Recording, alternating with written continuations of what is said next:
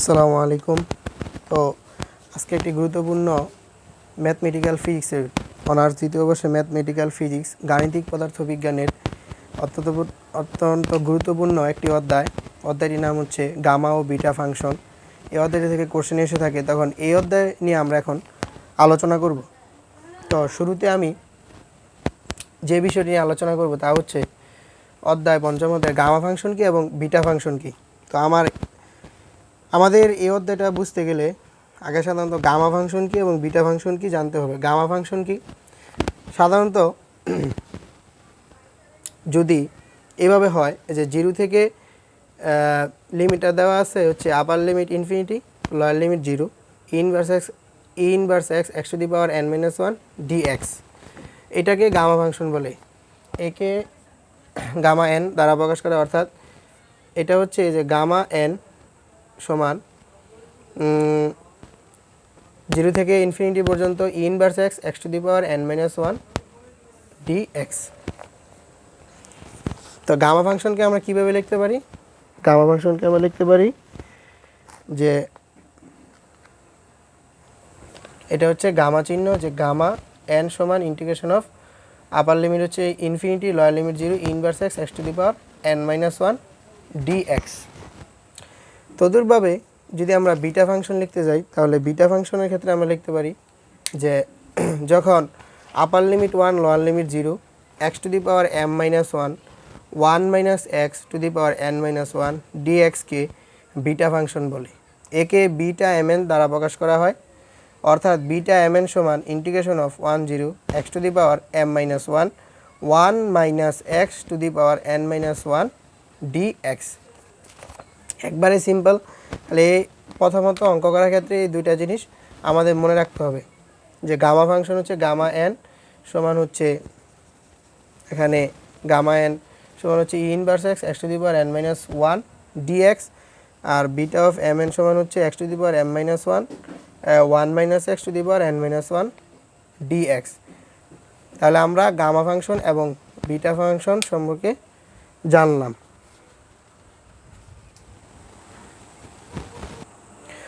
তো এখানে একটি প্রমাণ তুলেছি। এই প্রমাণটা হচ্ছে সাধারণত গাণিতিক পদার্থবিজ্ঞান বইয়ের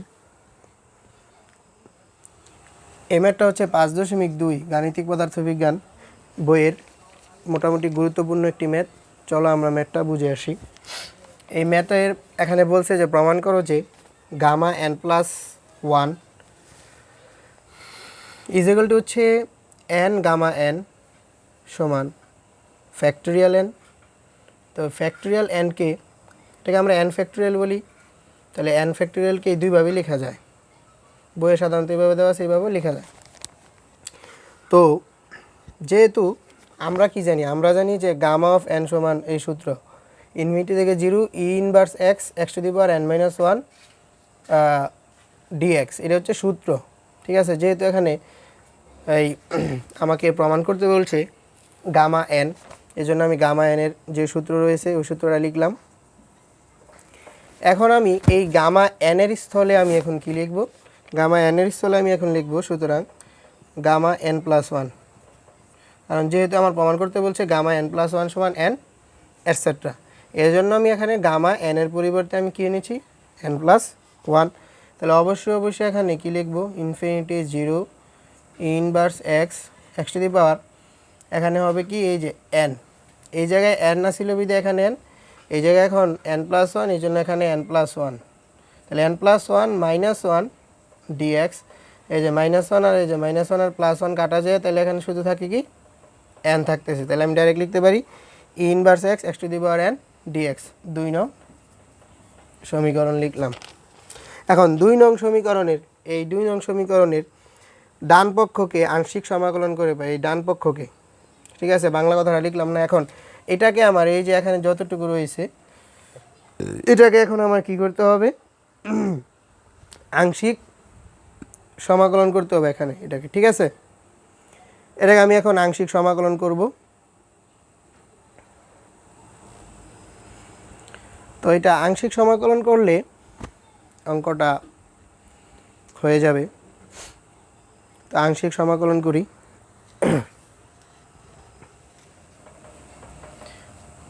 আমরা এখানে আংশিক সমাকলন করব। তো ডান পার্শ্বকে এখানে ডান পাশে কি রয়েছে, যেটা রয়েছে এটা লিখি যে inverse x x to the power n dx. আচ্ছা, এটাকে আমরা এখন ইন্টিগ্রেশন করব। তো আমরা জানি একটা সূত্র আছে, যে সূত্রটা লিখি। সূত্রটা হচ্ছে যে ইন্টিগ্রেশন অফ, এই জায়গায় লিখি সুবিধা হবে, ইন্টিগ্রেশন অফ ইউবি ডিএক্স এর সূত্র হচ্ছে যে u integration of v dx, u integration of v dx minus integration of second bracket শুরু, তারপর হচ্ছে d dx u, u that means এই যে ইউ, তারপর হচ্ছে ইন্টিগ্রেশন অফ আবার v dx second bracket close. এটা হচ্ছে সূত্র। তো এই যে এখানে যে সূত্রটা আমি এখানে লিখেছি, তো এখানেও আমরা কি করব, ইউ একটাকে ইউ এবং একটাকে বি ধরে আমি সমাধান করে ফেলবো। তো এখন এটাকে আমি ইউ ধরবো এবং এটাকে বি ধরবো। এখন এটাও কোশ্চেন আসতে পারে, কেন এটা ইউ আর কেন এটা বি? কারণ এখানে যখন আমরা ডেরিভেটিভ বলে একটা কথা আছে, যখন আমরা ই ইনভার্স এক্সকে ডেরিভেটিভ করব তখন আমরা শেষ হবে না এটা। আর এক্স টু দি পাওয়ার এনকে যখন আমরা ডেরিভেটিভ করব তখন এটা এক পর্যায়ে শেষ হবে। এজন্য বিদায় শেষ হবে, বিদায় এটাকে আমরা ইউ ধরেছি আর এটাকে আমরা বি ধরলাম। ঠিক আছে, যেটা ডেরিভেটিভ করলে শেষ হয় এটাকে ইউ ধরা হয়। তো এইটাকে চলো আমরা সূত্রে যদি আমরা এখানে বসিয়ে দিই, তাহলে এখানে কি হবে, সূত্রে বসিয়ে দিলে হবে যে এটার সমান আমরা লিখতে পারি, এটাকে আমরা ইউ ধরেছি আর এটা বি ধরেছি, এটার সমান হচ্ছে ইন্টিগ্রেশন অফ প্রথমত ইউ, এই যে সূত্র দেখতে পাচ্ছি u integration of v dx, তাহলে ইউ হবে এখানে কি x to the power n, তাহলে ইউ হবে এখানে x to the power n, তাহলে হবে x to the power n, এটা তো ইউ। আর হচ্ছে বি, বি হিসাবে আছে ইনভার্স এক্স, তার মানে তা হচ্ছে ডিএক্স, তারপর হচ্ছে minus integration of second bracket d dx u, d dx u, তাহলে ইউ এখানে হচ্ছে x to the power n, তাহলে এখানে নামবে x to the power n, তারপরে যে ইউ, তারপরে হচ্ছে ইন্টিগ্রেশন অফ আবার বি ডিএক্স, তাহলে বি হচ্ছে এখানে কি ইনভার্স এক্স, তাহলে e inverse x dx second bracket close. তারপরের লাইন, এটার পরের লাইন এখানে লিখি, এই যে এইটার পরে এটার সময় যেহেতু এটা লিখেছি, এখন এই লাইন থেকে এই লাইন, ঠিক আছে, এখন এই লাইন থেকে এই লাইন লিখব।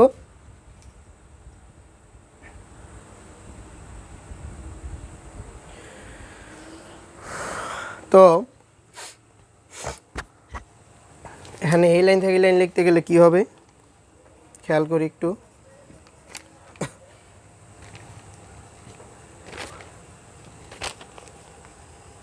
তো এখানে সাধারণত এই কী লেখা যায়, এই যে x to the power n, x to the power n আছে, ঠিক আছে, x to the power n, আর এখানে integration of e inverse x dx, ঠিক আছে, তাহলে ই ইনভার্স এক্স ডিএক্স, তাহলে এখানে এই ইনভার্স এক্সকে যদি আমরা অন্তরীকরণ করি, এটা বুঝেছে যে সরি ইন্টিগ্রেশন করি, integration of e inverse x dx, এটাকে ইন্টিগ্রেশন করলে যারা ইন্টারমিডিয়েটে ভালো পড়াশোনা করছে ওরা পারবে। এটা কি হয়, এটা হয় যে ই ইনভার্স এক্স মাইনাস ওয়ান, এটা আশা করি সবাই বুঝেছো যেহেতু নর্মাল। এটা হয়েছে সাধারণত ওই যে x to the power n ডিএক্সের সূত্র অনুযায়ী। তারপর এখানে মাইনাস ইন্টিগ্রেশন অফ, তারপর এখানে যেহেতু এটা রয়েছে সেকেন্ড ব্র্যাকেট, এটা ডাইরেক্ট সূত্রই পড়ে d dx x to the power n, তাহলে x to the power n এর ডাইরেক্ট সূত্র কি n x to the power n minus one, এটা তো ডাইরেক্ট সূত্র। ইন্টু তারপরে আছে integration of inverse x dx, তাহলে ইনভার্স এক্স ডিএক্স আবার কি ইনভার্স এক্স মাইনাস ওয়ান। এগুলো হচ্ছে একবারে সিম্পল বিষয়, ইন্টারমিডিয়েটের বেসিক যাদের স্ট্রং তারাই বুঝে থাকবে।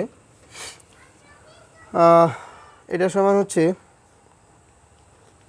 কি লিখতে পারি এখানে, তাহলে এখানে আছে এই যে মাইনাস ওয়ান, এই যে মাইনাস লিখলাম x to the power n inverse x, আর এখানে এই যে মাইনাস আর এই যে তার আগে মাইনাস, এটা মিলে হচ্ছে কি প্লাস, তারপরে এখানে এই যে এন, এনটাকে বাইরে লিখলাম ইন্টিগ্রেশন চিহ্ন, তারপরে এই যে ইনভার্স এক্স এটাকে এখন লিখলাম, আর এখানে এই যে x to the power n minus one এটা পরে লিখলাম, তার সাথে লিখলাম ডিএক্স।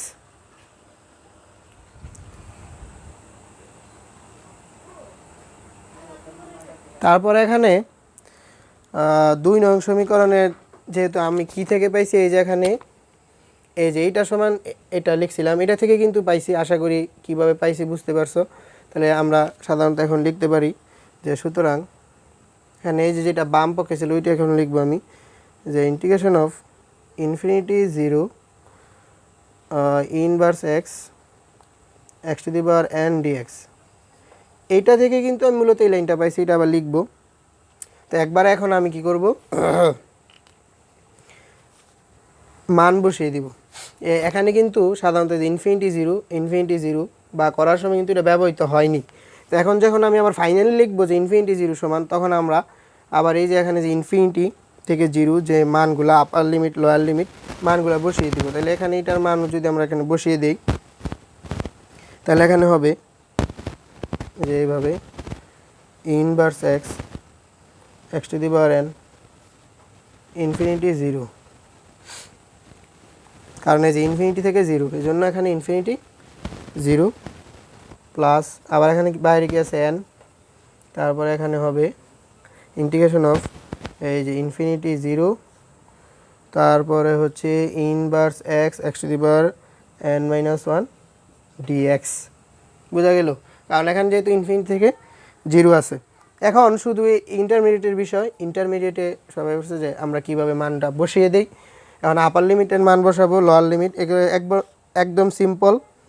এখন যে মানটা বসিয়ে দিই, তাহলে এখানে হয় inverse infinity into x infinity, তারপর হচ্ছে minus x to the power zero into two the power zero, তারপর হচ্ছে প্লাস, তারপরে এই যে এখানে এন আছে, এই যে এন লিখলাম।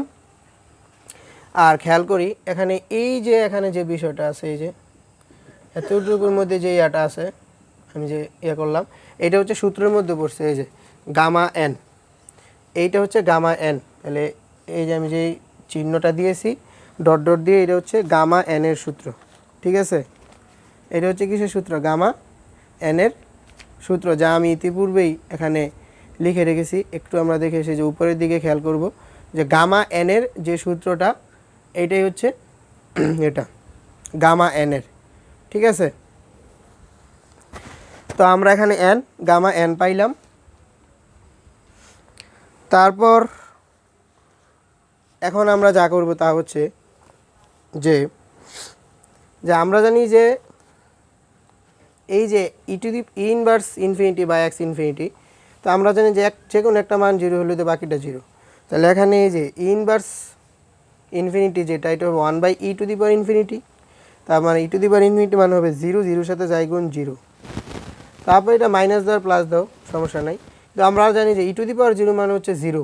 ঠিক আছে, ই টু দি পাওয়ার জিরো মানে কি অঙ্কে জিরো, এই জন্য জিরোর সাথে যাই গুণ জিরো প্লাস, তাহলে এখানে থাকতেছে কি এন গামা এন। তাহলে n gamma n, that means হচ্ছে এখানে এন গামা এন। তাহলে আমাদের এখানে যে প্রথম প্রমাণটা আমরা যদি খেয়াল করি, যে আমাদের সাধারণত ফিজিক্স বই কিন্তু এভাবে এত বাংলা টাংলা কথা আছে, খুব বিস্তারিতভাবে দেওয়া আছে, আমি গুছিয়ে লিখেছি। এই দেখো এখানে প্রমাণটার ক্ষেত্রে কিন্তু প্রথমত বলছে যে গামা এন প্লাস ওয়ান, মানে প্রমাণ করো যে গামা এন প্লাস ওয়ান সমান এন গামা এন। তাহলে আমার কিন্তু এই যে এন গামা এন অলরেডি প্রমাণ হয়ে গিয়েছে। এটা সমান, এই যে একটু খেয়াল করি, এটা সমান এই যে এখানে এন গামা এন দাঁড়িয়ে দেওয়া আছে, যে এন গামা এন, এটা কি হয়েছে এখানে প্রমাণ অলরেডি হয়ে গেছে। ঠিক আছে, তাহলে বাকি থাকে শুধু এখন ফ্যাক্টোরিয়াল এন। এখন কি দেখাবো? Factorial N. আচ্ছা, এখন আমরা বাকি পার্টটুকু প্রমাণ করব। আচ্ছা, খেয়াল করো তোমরা সবাই একটু, যে এখানে আমি এর আগে যেটা প্রমাণ করেছি সেটা হচ্ছে যে gamma n plus one is equal to n gamma n, এটা অলরেডি প্রমাণ হয়ে গেছে। তো এখানে যেহেতু আমার আরেকটু বাকি আছে যে ফ্যাক্টোরিয়াল এন প্রমাণ করতে হবে, তাহলে এটা করার ক্ষেত্রে এই সমীকরণে এনের স্থলে এন মাইনাস ওয়ান বসালে হয়। এই যে এন, এই এনের স্থলে এন মাইনাস ওয়ান বসাতে হবে। ঠিক আছে, এন প্লাস ওয়ান সমান n factorial n gamma n. কিন্তু এখন এই 1 নং সমীকরণেই n এর স্থলে n-1 বসাবো। তো খেয়াল করো এই সমীকরণটাই যখন আমি এখানে এই যে গামা n এর স্থলে n-1 তাহলে +1 সমান কি হবে তাহলে n এর স্থলে n-1 n-1 আমি কিন্তু এখানে প্রত্যেকটা n এর জায়গায় n-1 বসাচ্ছি, ঠিক আছে।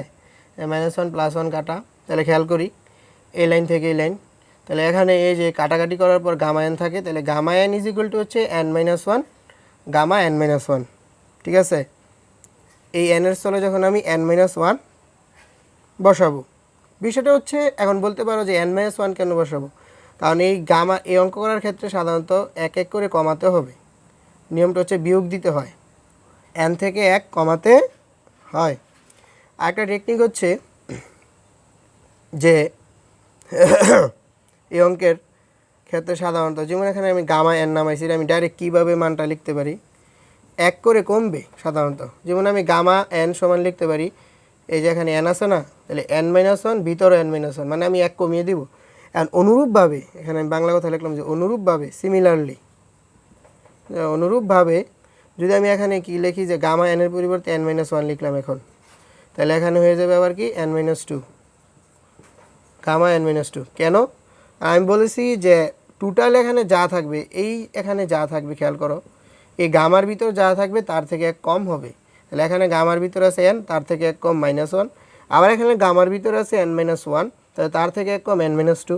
দ্যাট মিন্স এখন যদি আমি এখানে n-3 নেই, সরি n-2 নেই, তাহলে এখানে হবে n-3 গামা n-3। এটা হচ্ছে টেকনিক, কারণটা তো বলছি যে এখানে যা থাকবে তার থেকে কম হবে। তো এইভাবে যদি আমি এখানে dot dot dot dot dot dot dot dot dot dot দিয়ে থাকি, দেওয়ার পর ধরো আমি এখানে নিলাম গামা 4, ঠিক আছে।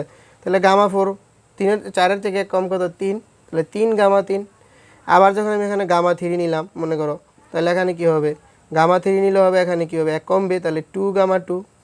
আবার যখন আমি এখানে গামা 2 নিব, তাহলে এখানে হবে 1 গামা 1, বোঝা গেল, মানে এক এক করে কমবে এইভাবে। তারপর আমি যখন এখানে গামা 1 নিব, তাহলে তার থেকে কম কি হবে, গামা 1-এর মান কি হবে, 1ই হবে, ঠিক আছে, এভাবে হবে। এই জন্য আমি এখানে 1 নং সমীকরণটা যে আমি আগে লিখে রাখছিলাম, এখন আমি এই 1 নং সমীকরণ হতে কী লিখতে পারি, আশা করি এতটুকু পর্যন্ত তোমরা সবাই খুব সুন্দর মতো বুঝতে পেরেছো।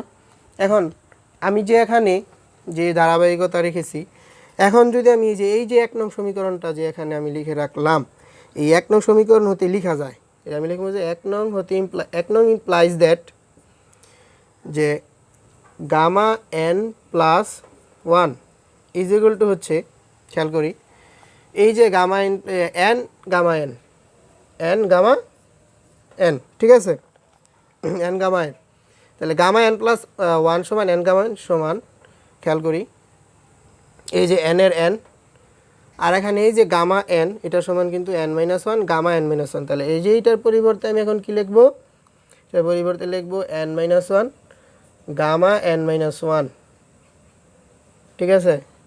তারপরে আবার এখানে n-1 আবার গামা n-1, এই যে গামা n-1 এর মান হচ্ছে এটা, তাহলে আবার এটার মান এখানে বসিয়ে দিব গামা n-2, আবার এখানে n-1 n-2, আবার এখানে গামা n-2, গামা n-2 এর মান হচ্ছে এখানে n-3 গামা n-3, ঠিক আছে। তো এইভাবে যদি আমি বসাইতে যাই, তাহলে dot dot dot dot dot dot বসাইতে পারবো একবারে, যাবে কত পর্যন্ত 3, তারপর হচ্ছে যাবে 3 গামা 3, তারপর হতে পারে 2 গামা 2, না এভাবে হবে না, মানে হবে কি 3 ইন্টু 2 ইন্টু 1 ইন্টু, মানে একবারে 1 পর্যন্ত এভাবে যেতেই থাকবে। তো আমরা জানি, তাহলে এটা সমান আমি এখন কি লিখতে পারি, ফ্যাক্টোরিয়াল n, এটাকে এইভাবে লেখা যায় অথবা এইভাবেও লেখা যায়, সমস্যা নেই। এখন বলতে পারো এটা থেকে কীভাবে এটা হলো, আমরা জানি ইন্টারমিডিয়েট থেকেই সাধারণত এটা আমাদের জানা জিনিস যে ফ্যাক্টোরিয়াল nকে আমরা কীভাবে লিখি, যে ফ্যাক্টোরিয়াল n হচ্ছে তার থেকে এক এক করে কমবে, দেখো ধাপে ধাপে এক এক করে কমছে, কমতে কমতে একবার শেষ পর্যন্ত আসবে, দ্যাট মিন্স টোটালটাকে আমি লিখতে পারি ফ্যাক্টোরিয়াল n। তাহলে আমাদের এখানে যে প্রমাণটা আমি নিয়ে এসেছিলাম এটা আলহামদুলিল্লাহ এখন কমপ্লিট হলো, আশা করি সবাই বুঝতে পেরেছো।